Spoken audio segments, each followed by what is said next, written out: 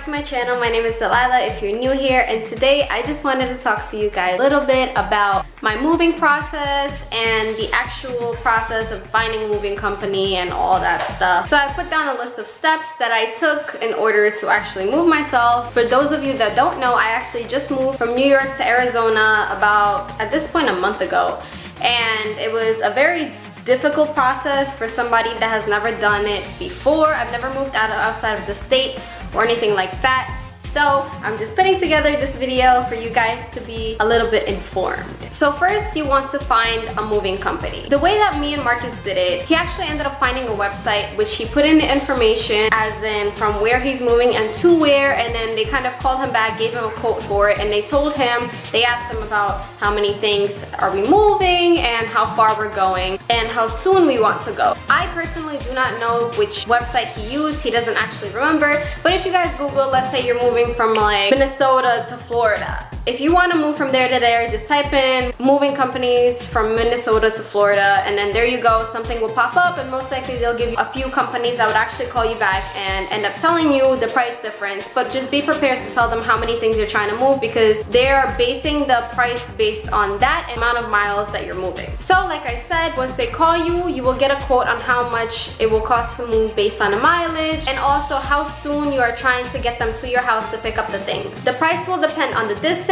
the moving date, and the inventory. The inventory being of how many things you have. For me personally, they were very particular about it. They kept asking. We actually didn't end up packing till like a few days before they ended up coming. So I kind of had to estimate and sort of lie my way through it, because they would call me in the morning and I'm just like half asleep and I'm like, okay, and I just estimated the amount of boxes. Honestly, I was moving from a very small bedroom to a one-bedroom apartment. I actually didn't have a lot of things, even though I have a lot of things in my room. So I was able to estimate a little bit, and overall they don't even necessarily go based on the exact amount of boxes and containers that you have. They would give you a number and say if you go above this number you will have to pay more. So some things you may need is boxes or containers, plastic containers of any size that is appropriate for them and their inventory for their quote are good. Any boxes, maybe you want to pick out small boxes, medium boxes, large boxes based on maybe the things that you want to have, such as personal items rather than bigger things that you would decorate your room with. So you would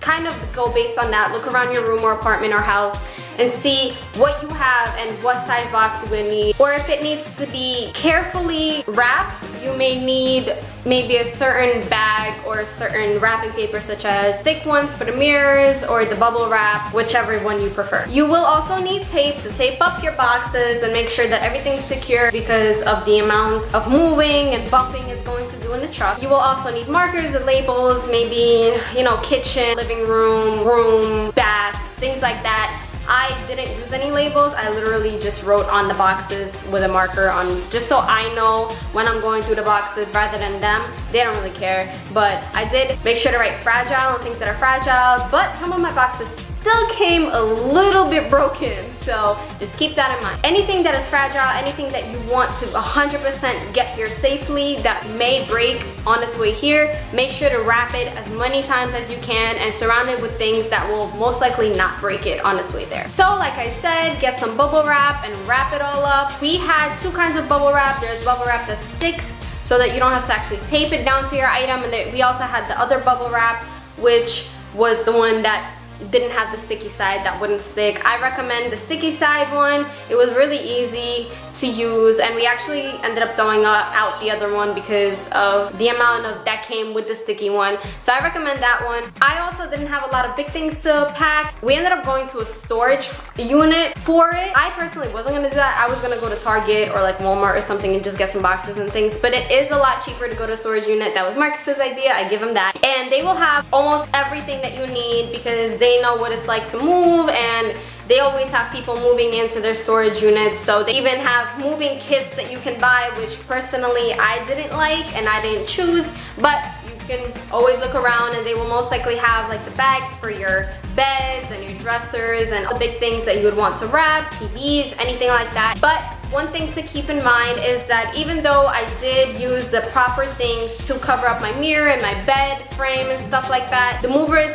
ended up still using their own equipment to wrap things up on top of it, and that did give me an extra charge. So price-wise, I'm going to tell you guys the approximate price. I honestly don't remember. I gave so much money away to these people, it's ridiculous.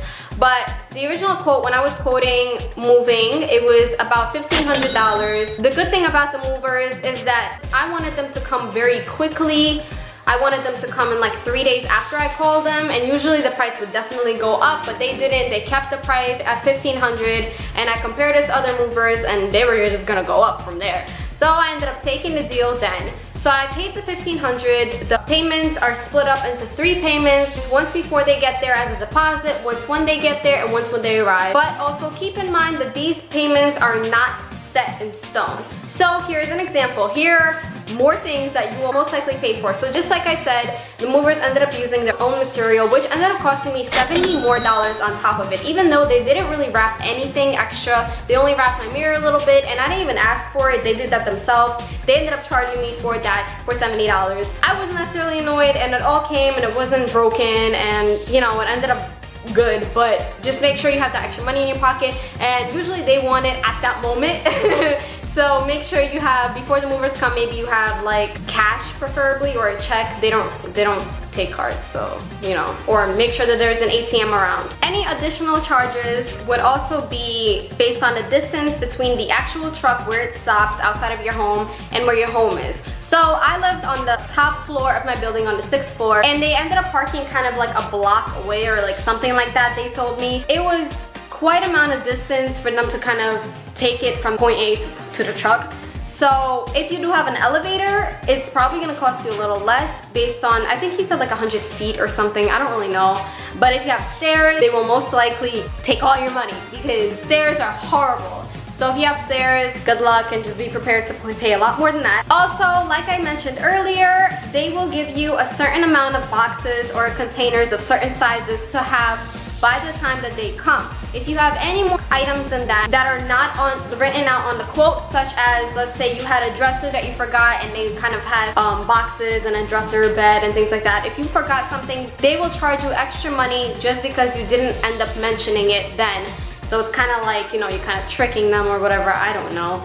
Another thing to keep in mind, like I said, is that the size of the boxes matter. Count a box as a certain size and below. They will ask you any other items that are bigger, such as the bed, the mirror, the dresser, table, chairs, anything like that, so that it would go apart from the boxes, so that they can actually give you a pretty good quote. The same thing that I just said goes for when you're arriving. So the only thing that wouldn't go for it is obviously the amount of boxes that you have, because they're not going to increase in any kind of way, they're just kind of dropping it off. But I'm going to just personally say that I live in a complex now, and it was a really difficult time for them to end up swerving around, going around. It was a really big truck, and they had a really hard time to actually getting anywhere near my apartment. So kind of going back to the beginning, we ended up at the end of them leaving, and from the beginning of when they arrived and at the end of them leaving, the quote went up about 1.5 from the beginning, from when they came. After that, once they arrived, they charged me about $100 more, just because it took them a while to even find where to stop, and then ended up coming here, and it was just kind of a lot of work. I was lucky because I'm on the ground floor. If I wasn't on the ground floor, most likely they would have probably doubled it. The problem that we had at that moment is that there's no ATMs actually around the house. It's like a mile away, the nearest ATM. So I had to send Marcus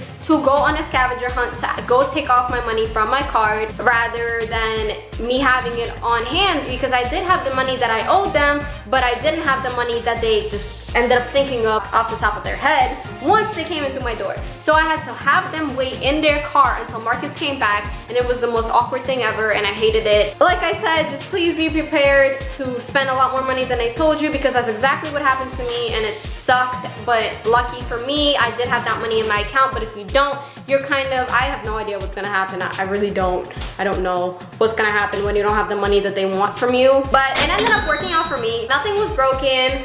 Only like one of my oils like spilt, but I don't even know how. And some boxes did come in damaged, but not the ones that were really that important. And everything else came back whole, and I was perfectly happy. I will put in the description which movers I used if you guys are interested, if you are moving anywhere around New York or something like that. I think they're stationed in New Jersey, so there's that. I think that's about it. I think I told you guys all of the possible mishaps that would happen when they're on their way to you or from you. When it comes towards the moving time, I think it was about 2,500 miles from New York to Arizona. And if you were to drive straight there, like with a U-Haul by yourself, it would most likely be around 3 days without many stops.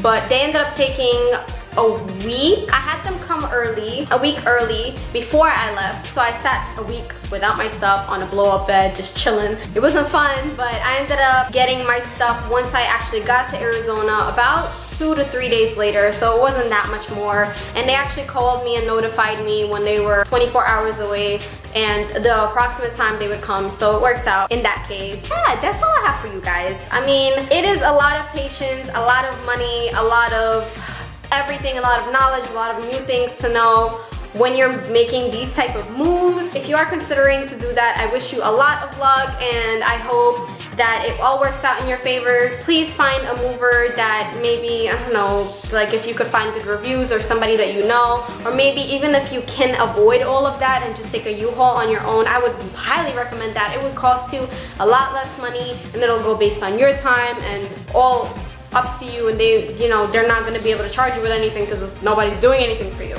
They're just providing you with a car and then you do the rest. So I highly recommend that, but we weren't able to do that. We don't have a driver's license or anything like that, so we weren't that lucky, but we ended up, it all worked out. So yeah, so that's all I have for you guys today. If you have any more questions, please feel free to comment down below. I will tell you anything I can. It is really hard and really annoying when you don't know what's going on, and I had no idea what's going on, and I'm lucky to have Marcus by my side. But at the end of the day, seriously, if you want to know anything about the move at all, please let me know, message me, comment, anything.